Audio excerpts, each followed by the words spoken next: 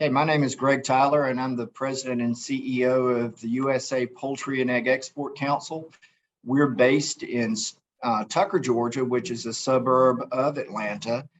We have 14 international offices scattered around the globe, covering about 75 countries around the world.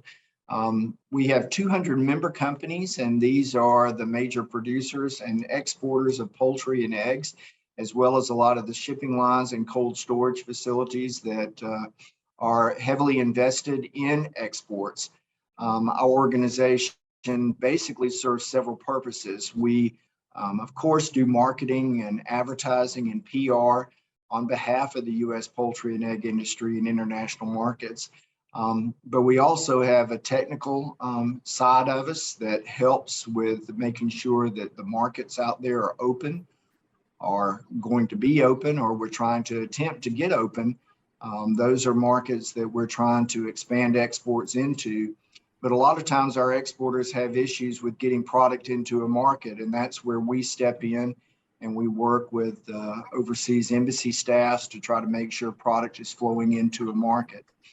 Finally, one of the areas that we work in, of course, is with communications, and we are an information source and information clearinghouse that services the industry, tries to make sure that they're well informed of export opportunities that are out there, or any types of trade restrictions that pop up. We make sure that they are aware of it. And we do this through our website, but also through our newsletter.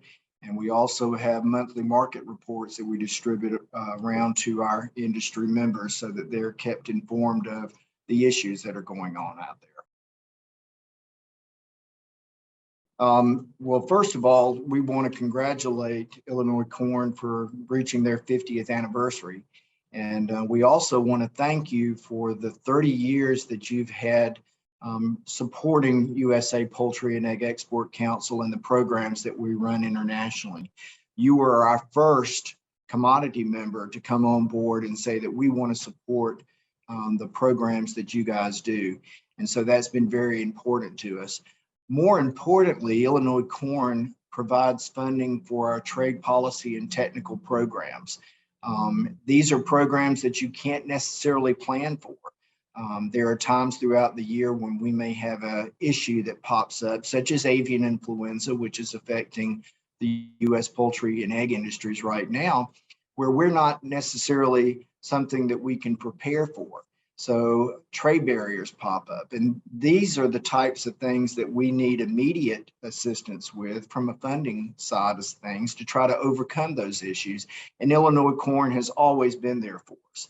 Recently, we've done 2 seminar programs, one in Dubai, which took place earlier this year, and we just had one that was completed in Rwanda in sub-Saharan Africa this week.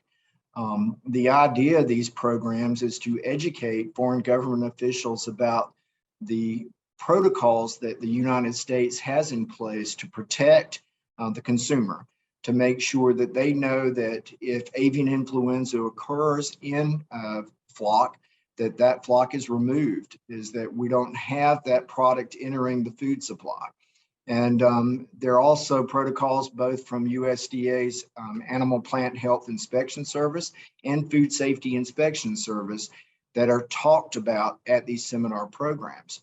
And the idea is to bring in these veterinary officials from around that region, one in the Middle East, one in sub-Saharan Africa, to one location where USDA officials and our own technical staff can meet with them and educate them about these processes.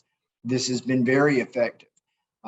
Back in 2015, when we first had a major AI outbreak, it caused about $4.2 billion in damage to the industry, and not just from the domestic side, but also from the international side, where we couldn't get into export markets.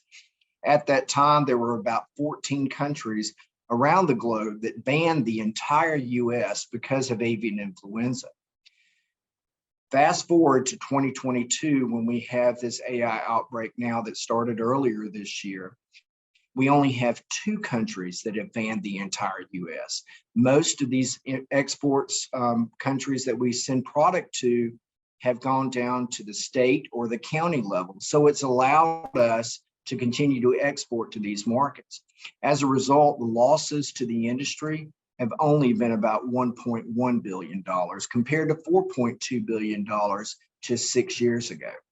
So that's an important step that the Illinois Corn Funding has helped us with, because we've been able to work on regionalization plans with our export partners so that they understand that we are containing the virus and that it's not spreading to other parts of the U.S. and that the product that we're supplying to them is safe and wholesome. And that's one of the big things that we push. And the funding that the Illinois Corn Marketing Board has given to us has helped us to achieve that. It's also really important to understand that despite the challenges that we have had this year with avian influenza, and it has hit a large number of states and affected a large number of birds, we have still managed to increase exports this year because of those regionalization agreements and because we are able to export from those states that have not been affected.